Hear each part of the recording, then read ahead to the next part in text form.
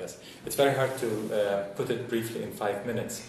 The main point is that after 5 years of BDS, we feel that we've reached our South Africa moment, so to speak.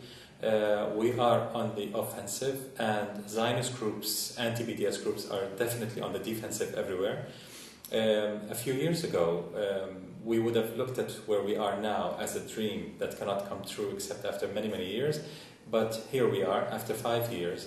We have campaigns advocating BDS, working on BDS from the US to Australia, from Norway to South Africa, India, Pakistan, Brazil, Argentina, and so on.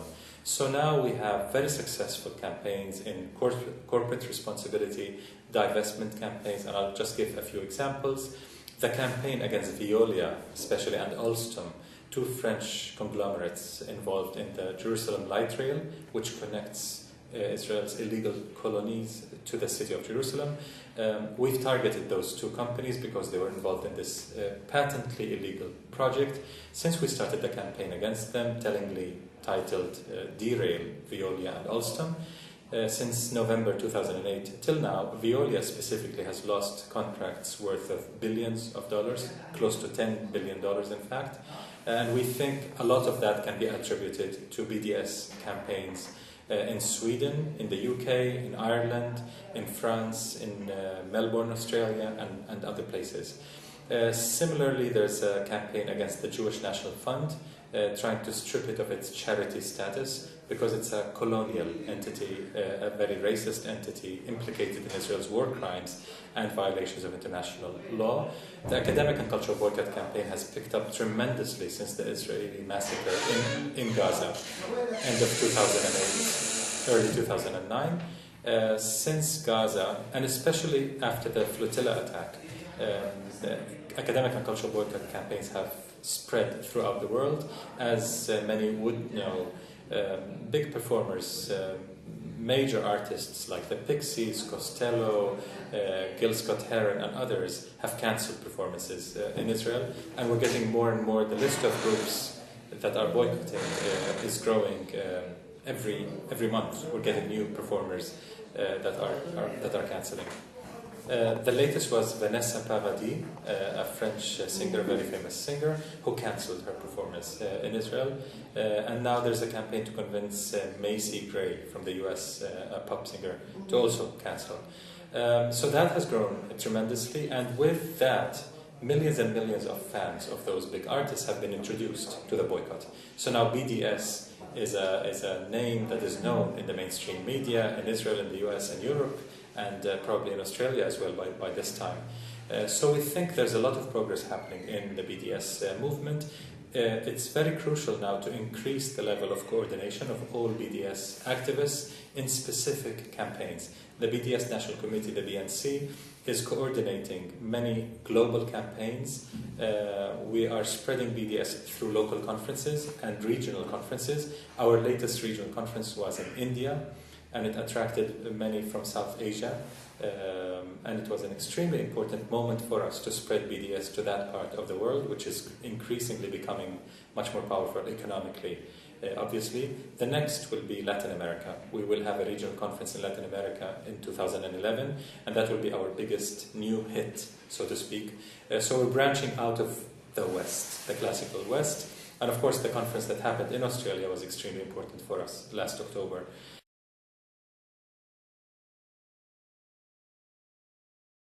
One particularly successful campaign is against Agrexco, the major Israeli exporter of produce. The largest such coalition against Agrexco is based in France, where we have close to 100 NGOs and 5 national parties working against Agrexco, with major farmers' unions as part of that campaign. And it's already causing a drop in sales of Israeli produce. We targeted Agrexco because of its promotion and sales of settlement products, settlement produce. Also in the UK, in Ireland, in Italy, in Spain, in Belgium, in many, many countries, we have the very strong anti-Agrexco campaign. So aside from Veolia, JNF, Agrexco, there's also a campaign against arms trade calling for implementation of Amnesty International's call, basically, and other human rights organizations to cut arms trade with Israel, sever all arms trade with Israel, buying and selling to Israel and the entire region. We don't mind. Stop selling weapons to any party in this region. So I think it's good to have BDS activists join these global networks. And again, I cannot emphasize enough the academic and cultural boycott, which is very, very important to us, not just symbolically. It was, from the beginning, the very first part of BDS that we've launched in 2004, even before BDS in 2005. And it remains a very key component of the BDS campaign.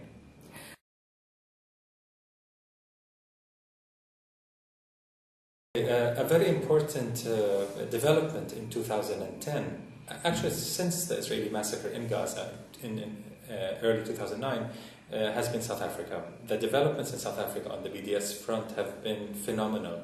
Now we have an artist against apartheid in South Africa, and to us this is extremely relevant symbolically and practically.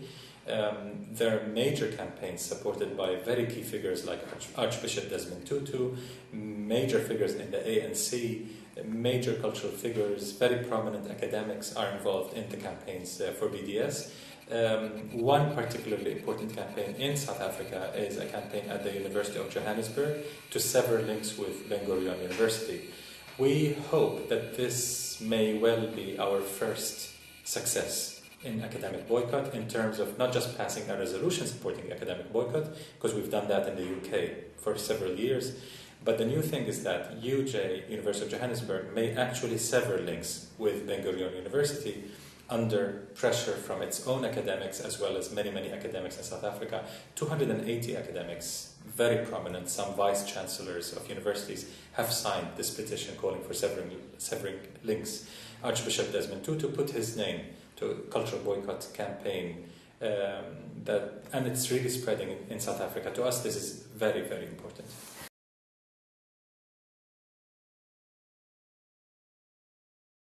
Since Gaza, a BDS campaign was launched inside Israel, predominantly Jewish Israeli citizens, conscientious citizens, academics, intellectuals, artists, students and other activists, queer activists. Now we have, this campaign in Israel is really growing and it's attracting a lot of attention. The Israeli BDS group called Boycott from Within is helping us tremendously in many, many different ways. One of the groups that's helping the global BDS campaign is the Coalition of Women for Peace, which runs the Who Profits from the Occupation website, or whoprofits.org. It documents, it has a database that documents almost all international and Israeli companies profiting from the occupation. So this has been an extremely valuable resource for BDS activists everywhere who want to select companies to target, and they want to select those involved in the occupation specifically, as this is the easiest aspect, although BDS talks about comprehensive Palestinian rights, ending the occupation, as well as ending apartheid or racial discrimination within Israel, and most importantly, the right of return for refugees. The occupation clearly is the most convenient and the easiest practical target because it's black and white, more or less. So, Who Profits would be an excellent resource to use. Other than that, groups within Israel, the Alternative Information Center, and all the academics and activists working on BDS are helping with the cultural boycott campaigns, academic boycott campaigns, products boycotts, and they're involved in all the networks that the BNC is coordinating globally.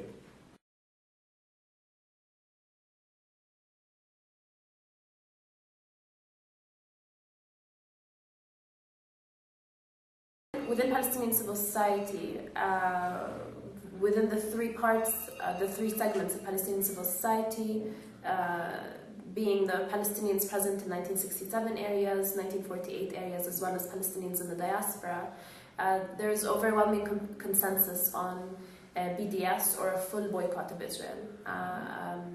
This includes an academic and cultural boycott as well.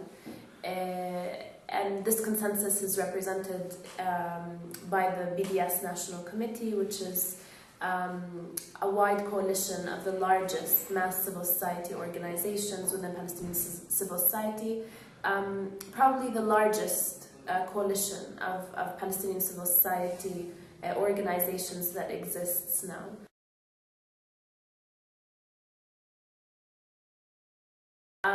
About a year ago, the Palestinian Authority, the PA, started a campaign for a boycott of settlement products within the occupied territories. While this campaign is certainly a step in the right direction, I think it's a step that is incomplete and one that has come way too late. I mean, according to international law, Israel is the liable party for the settlements. The settlements are not a legal entity on their own. So if we are to hold Israel accountable for its settlements or occupation industry, we should target Israel as a whole and not just the settlements. At the same time, I think that the campaign for the boycott of settlement products that the PA has started has come as a result of the overwhelming growth that the global BDS campaign has seen in the past few years. The PA almost felt, I think, it was the PA was almost behind on a boycott of Israel, that they had to take up some part of boycott or some part of BDS that they could work on given the agreements that they have with Israel. So given their constraints, given the Paris Protocol and the Oslo Agreement, this is the part of BDS that they can work on. This isn't to say that it's enough, but it's certainly a step in the right direction and has done a lot to raise the profile of the boycott of Israel. If the PA of all, governments or associations is boycotting Israel, then that certainly says something and will and has been raising the profile of the boycott of Israel. The standards for Palestinian civil society, of course, remain to be much higher than those of the PA. As I said earlier, a full boycott of Israel, and not just the settlements.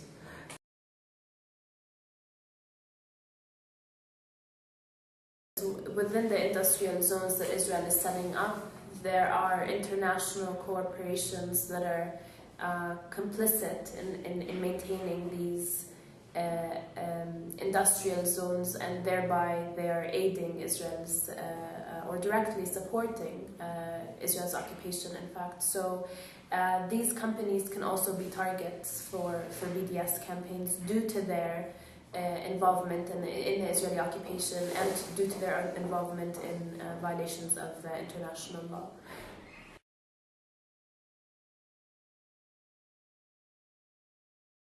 When the BDS call was issued in 2005, it was endorsed by 170 civil society organizations, political parties, farmers' unions, agricultural unions, and all major trade union federations within Palestine. All three major trade union federations endorsed the BDS call and later became a part of the BDS and are now a part of the BDS National Committee.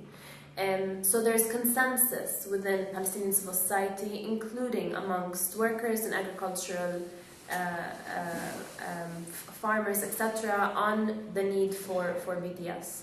To say that BDS hurts Palestinians is it's a very patronizing argument, and it makes it seem like Palestinians are not mature enough to decide what they want. The overwhelming consensus within Palestinian civil society is very clear on the need for a full BDS. We are mature enough to make our own decisions. We are mature enough to know what we want and to know what tactics to use to wage our struggle, our resistance of Israel's oppression. The overwhelming majority of Palestinian civil society has chosen BDS, so that argument does not apply.